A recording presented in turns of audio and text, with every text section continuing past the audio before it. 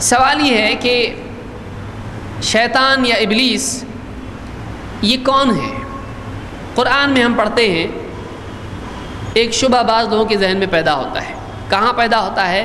جب آدم علیہ السلام کا قصہ پڑھتے ہیں۔ قرآن میں اللہ نے کیا فرمایا؟ وَإِذْ قُلْنَا لِلْمَلَائِكَةِ اسْجُدُوا لِآدَمَ فَسَجَدُوا إِلَّا إِبْلِيسَ، اور جب ہم نے فرشتوں کو حکم دیا کہ آدم کو سجدہ کرو تو سب کے سب سجدے میں گر گئے، سب کے سب نے سجدہ کیا سوائے ابلیس نے۔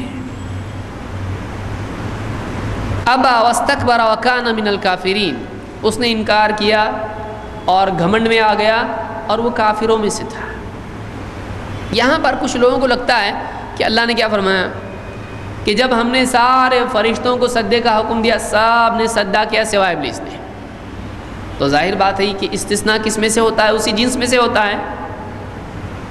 ساری کتابیں گھر پہ رکھو سوائے قرآن کے، قرآن لے آؤ، تو قرآن بھی کس میں سے ہوا؟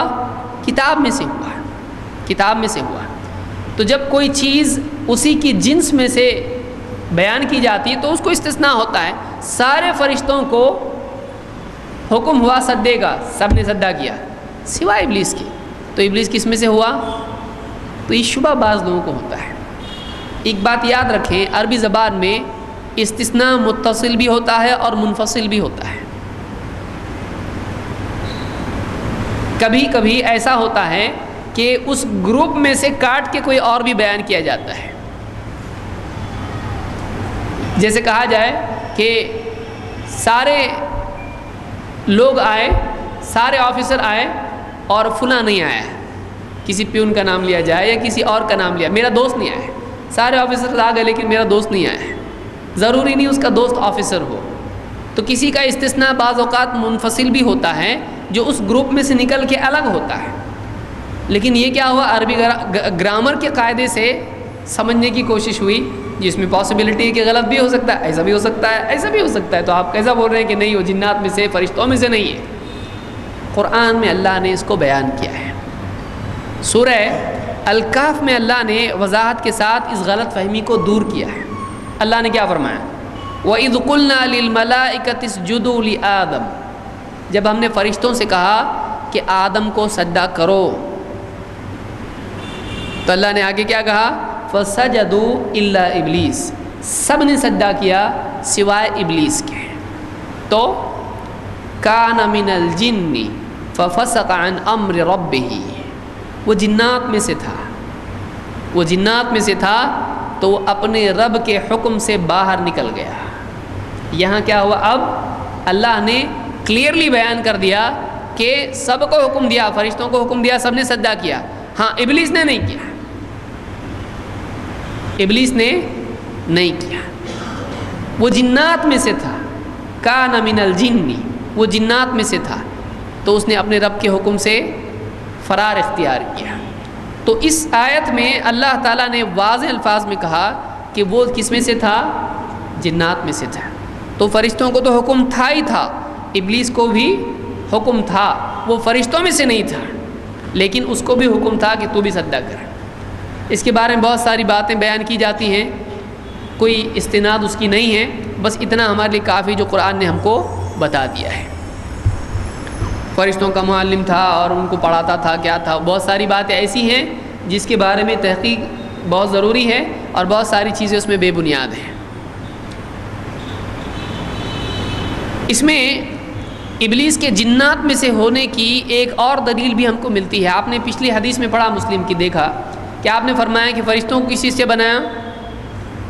نور سے، اور جنات کو آگ سے، اور انسان کو مٹی سے۔ اب ظاہر بات ہے اگر ابلیس فرشتوں میں سے ہے تو کس چیز سے بننا چاہیے؟ نور سے، نہ کہ نار سے۔ نار اور نور الگ ہے، نار سے نور ملتا ہے لیکن نور سے نار ضروری نہیں ہے، صحیح ہے؟ نار آگ کو بولتے ہیں، نار یعنی آگ، نور یعنی نور، تو نار کے ساتھ نور ہوتا ہے لیکن نور کے ساتھ نار ضروری ہے۔ ابھی نور مل رہا ہے آپ کو تو آگ بھی آ رہی ہے اس میں سے؟ نہیں۔ تو بہت سارے نور ہیں، نور سے آگ ضروری نہیں ہے، ہاں لیکن آگ اگر ہوگی تو اس سے اجالا ہوتا ہے۔ بہرحال تو ابلیس نے کیا کہا تھا ابلیس کو جب سجدہ کرنے کا حکم ہوا تو سجدہ نہیں کرنے کی وجہ اس نے کیا بیان کی؟ اس نے کہا قال انا خیر منہ خلقتنی من نار وخلقتہ من طین، میں اس آدم سے بہتر ہوں، تو نے مجھ کو آگ سے پیدا کیا ہے اور اس کو کس سے پیدا کیا ہے؟ مٹی سے پیدا کیا ہے۔ تو معلوم ہوا کہ ابلیس نے خود اس بات کا اعتراف کیا کہ اس کو کس چیز سے پیدا کیا گیا ہے؟ آگ سے۔ معلوم ہوا وہ فرشتوں میں سے ہے نہیں، وہ جنات میں سے ہے۔ یہ اس لیے میں بیان کر رہا ہوں کہ بعض لوگوں نے اس استثناء کی وجہ سے ثابت کرنے کی کوشش کی کہ ابلیس بھی کیا تھا؟ فرشتوں میں سے تھا۔ اور بہت سارے لوگ جو ہاروت ماروت کا جو معاملہ ہے اس میں سے بھی یہ ثابت کرنے کی کوشش کرتے ہیں کہ فرشتے بھی بگڑ سکتے ہیں۔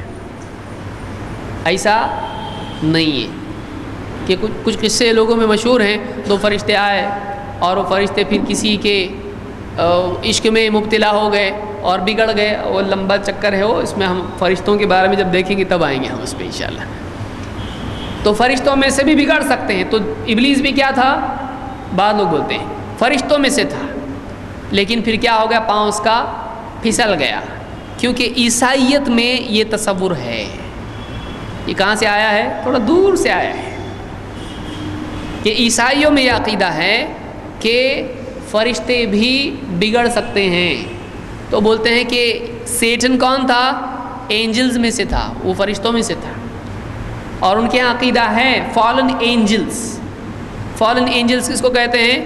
وہ اپنی اصل سے گر گئے، یعنی وہ جیسا اللہ نے جس کام کے لیے ان کو پیدا کیا تھا وہ کام سے کیا ہو گئے؟ نالائق ہو گئے۔ سب لائق تھے، بعد میں کیا ہو گئے؟ نان لائق ہو گئے وہ۔ تو اس طرح کا عقیدہ فرشتوں کے بارے میں کس کا ہے؟ عیسائیوں کا ہے۔ اسلام میں ایسا کوئی عقیدہ نہیں ہے۔ اسلام میں فرشتوں کے بارے میں عقیدہ نہیں ہے کہ فرشتے بگڑتے ہیں۔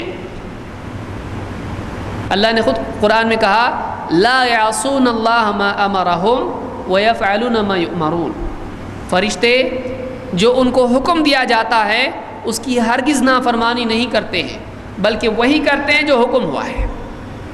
جو حکم ہوا ہے اس کی نافرمانی، لا یعصون اللہ ما امرہم، اللہ ان کو جو حکم دیتا ہے اس کی نافرمانی نہیں کرتے ہیں۔ یہاں پر کیا ہے؟ مضارع کا صیغہ ہے، نہیں کرتے، تو اس کا مطلب ہے کہ نہیں کرتے، کبھی نہیں کرتے ہیں، نافرمانی کبھی نہیں کرتے اللہ کی۔ تو یہاں پر بہت سارے لوگوں کا عقیدہ بنا کہ ابلیس بھی کیا تھا؟ فرشتوں میں سے تھا، بگڑا ہوا فرشتہ تھا۔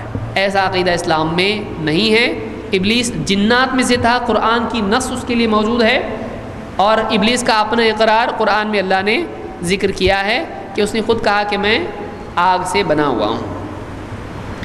حسن بصری رحمۃ اللہ علیہ فرماتے ہیں کہ ما کان ابلیس من الملائکۃ طرفۃ عین قط، پلک جھپکنے کے وقت تک بھی، اتنی بھی دیر کے لیے ابلیس فرشتوں میں سے نہیں تھا۔ یعنی ابلیس پلک جھپکنے کا ٹائم بھی اتنا بھی اس کو تھوڑی دیر کے لیے تو مانو فرشتہ ہے، نہیں، پلک جھپکنے کی مقدار بھی وہ فرشتہ نہیں تھا۔ وَإِنَّهُ لَأَصْلُ الْجِنِّ كَمَا أَنَّ آدَمَ أَصْلُ الْإِنسِ، وہ جنات کی اصل میں سے تھا، جیسے کہ آدم علیہ السلام کیا ہیں؟ انسان کی اصل میں سے۔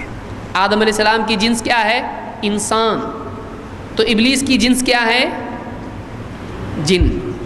ابلیس کی جنس کیا ہے؟ جنس کا مطلب وہ کون سی گروپ کا ہے، کون سی کیٹیگری کا ہے۔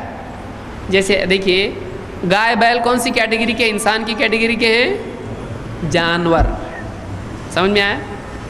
یا اسی طرح سے چڑیا کون سی کیٹیگری کی ہے؟ مچھلی، پرندہ۔ تو پرندے کی جنس سے چڑیا ہے نا۔ اور ویل کون سی جنس سے ہے؟ بیل۔ ویل جنس سے ہے مچھلی کی۔ تو اس طرح سے فلاں ابن فلاں کون سی جنس سے ہے؟ انسان۔ آدم علیہ السلام کس کی جنس سے؟ انسان کی جنس سے۔ تو ابلیس کس جنس سے ہے؟ وہ جنات میں سے، وہ جن کی کیٹیگری میں فٹ ہوتا ہے، فرشتوں میں نہیں۔ تو یہ قول حسن بصری کا ابن کثیر نے اس کو روایت کیا ہے، اور ابن جریر الطبری نے بھی اپنی تفسیر میں اس کو ذکر کیا ہے۔ ابن کثیر کہتے ہیں کہ اس کی سند کیا ہے؟ وَهَذَا الْإِسْنَادُ صَحِيحٌ عَنِ الْحَسَنِ، وَهَذَا الْإِسْنَادُ صَحِيحٌ عَنِ الْحَسَنِ، یہ صحیح سند سے آیا ہے۔